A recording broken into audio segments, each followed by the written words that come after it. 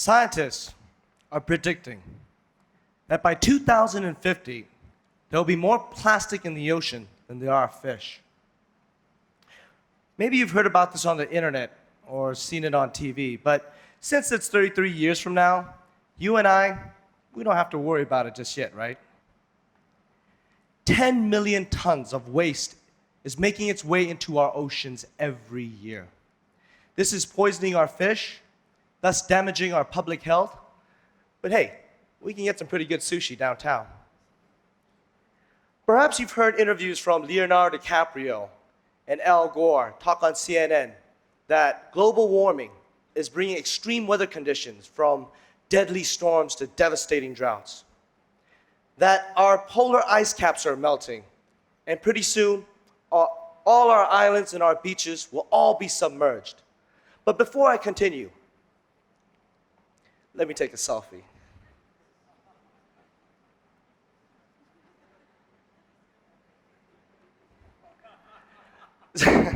Sorry, but this is often the type of reaction I get when I speak to people about this issue. Every day, we're constantly reminded, if not bombarded, about this doomsday prophecy that the Earth is facing a global environmental crisis. We see it all the time on our news feeds, and we may even talk about it with our friends. In fact, we might even share these issues on Facebook just to show our concern as a global citizen. But do we really do anything about it? It's almost like we've come to expect the advances in technology and breakthroughs in science that will come and save the day. Somewhere, someone out there is figuring out the solutions to all of this, right? You see, that's how I was. I was very well aware about these issues, but I was so busy with my daily life that I really didn't think about it much. Well, that's of course until the day pollution came knocking on my door. I was a small 9-year-old boy when my father took me to the Yangon Sailing Club. And it was on the beautiful Ia Lake next to my home where I learned how to sail.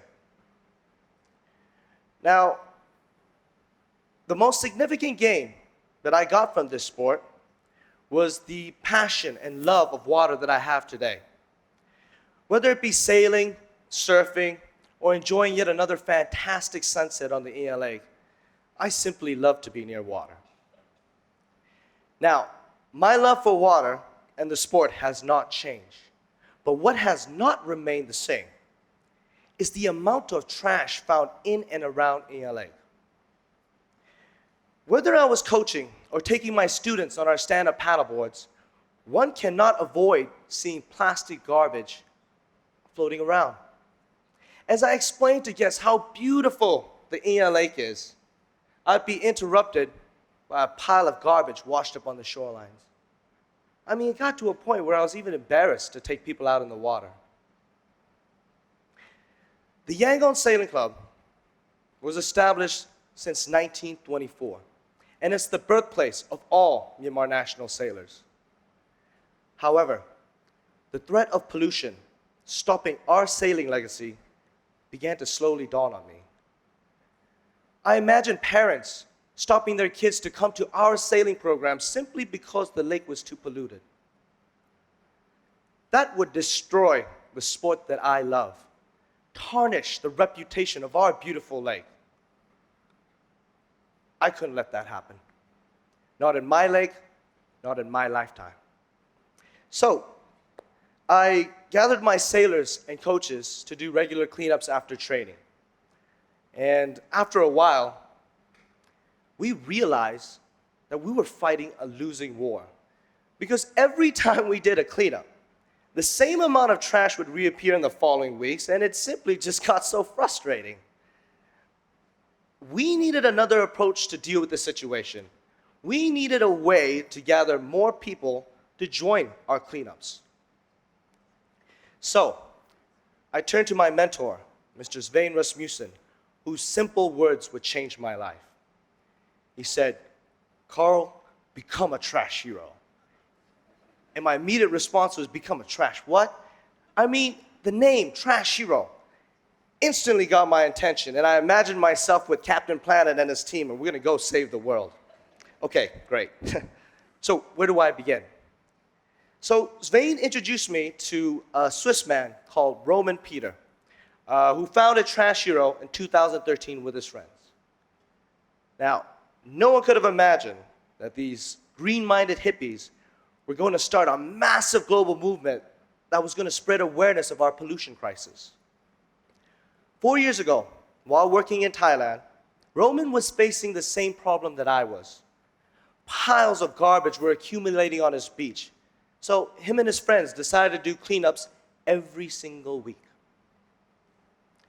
Now, this small group began to expand their ranks, reaching hundreds within a matter of months. You see, the idea of turning an individual into a hero by picking up trash became a hit. Pretty soon, Trash Hero chapters were forming all over Thailand, and the idea began to spread to other countries. Today, over 21,000 volunteers have participated in more than 1,000 cleanups in 8 different nations. Our Trash Heroes have picked up over 200,000 kilos of trash from beaches and urban areas worldwide. Now, when I started, I had no idea what I was doing. But I was ready to initiate Trash Hero Myanmar. So our first cleanup was in July 2016 at the Yangon Sailing Club, and honestly, I thought maybe 20 people or so would show up. But instead, we gathered 135 heroes to pick up 400 kilos of trash. We organized 2 more. Thank you. Thank you.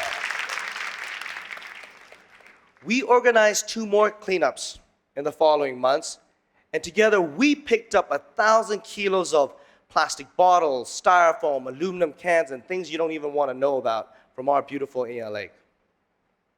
Now, there's a community aspect to it too. Take, for example, our first cleanups in Hue Sao, just another paradise in Myanmar who struggles with pollution.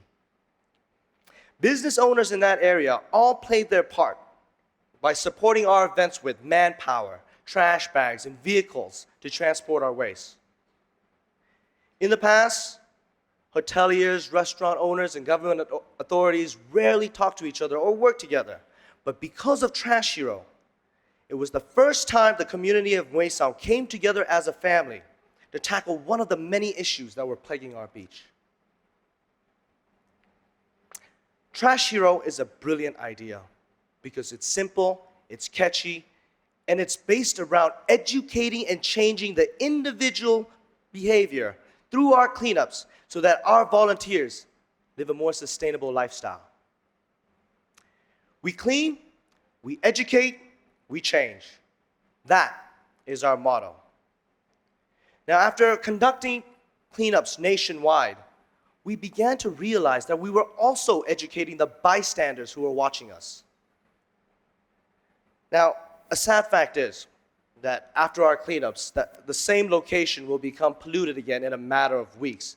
But if we can change the perception of 1 out of 100 bystanders to stop their littering habit, then we're moving forward. After 11 months of operation, Trash Hero Myanmar now functions in Yangon, Mandalay, Pune, Hue Sao. And we're expanding to cities like Ngapli, Inle Lake, and Pagan. In 22 major cleanups, we have gathered 5,000 volunteers nationwide. And as a community, as a family, and as Trash Heroes, we've picked up over 20,000 kilos of trash in Myanmar. Now, am I happy about our achievements? Of course I am. But did you know that 2 million kilos of waste is produced in Yangon every day?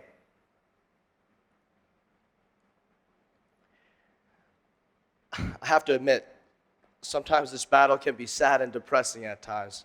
Not just for me, but to my fellow Trash Heroes worldwide. all of us have spent hours of our spare time to accomplish what we have so far without funding, but driven by hands and hearts alone. You see all this trash around me? It was thrown by a few people in less than 10 seconds. Now, multiply this by the millions living in Yangon. Multiply this by the billions worldwide. You see, we can gather millions of volunteers and conduct thousands of cleanups, but we will not make a dent if pollution continues to increase at the rate it is today. Trash Hero has shown me that this pollution crisis, it's real. It's very real. In fact, that it has taught me to change my lifestyle. Now, I'm not pretending to be a role model or Captain Planet, but rather I like to share with you a few things that I'm doing to make a small impact on the situation. This is my reusable bag, and I carry this bag wherever I go. Now, the magical thing about this bag is that it allows me to refuse plastic bags that are plaguing our earth. Today, any store you go to, they will sell you their product, whether it's a small candy bar, your favorite merchandise, your groceries. It is almost certain that they will sell it to you in a plastic bag, okay? And now this bag may not even make it to your home, because what's gonna happen is you're gonna take your product out, you're gonna consume your product, and hopefully your product and the bag will go in the bin. But in Myanmar, it's gonna end up on our streets and in our drains. As a sailor, I've been trained to constantly rehydrate myself, so I drink around 3 liters of water per day. After a year, this is what my consumption looks like. Now, this doesn't include the amount of beer I drink, because then we're gonna need to have to combine these 2 screens together. But simple mathematics states that I produce nearly 800 to 1,000 plastic bottles per year. But by using a reusable container like this, I can replace all of that waste with 1 bottle.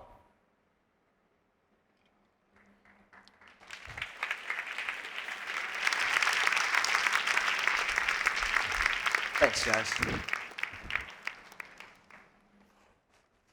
take that. Thank you. I'll see you at our next cleanup. So a majority of the waste we pick up are plastic bottles, plastic bags, and single-use plastic. But by carrying my reusable items, I am reducing my carbon footprint in the long run. Now, imagine if all of us could do the same. Now, we do what we do not because we want to wear these cool yellow t-shirts, but because it's our responsibility, not just as citizens of Myanmar, but as citizens of Earth. We cannot sit and watch our landfills overflow and destroy our oceans. We have to act now, and it starts with you. So, join us. Be a part of the solution. Become a trash hero.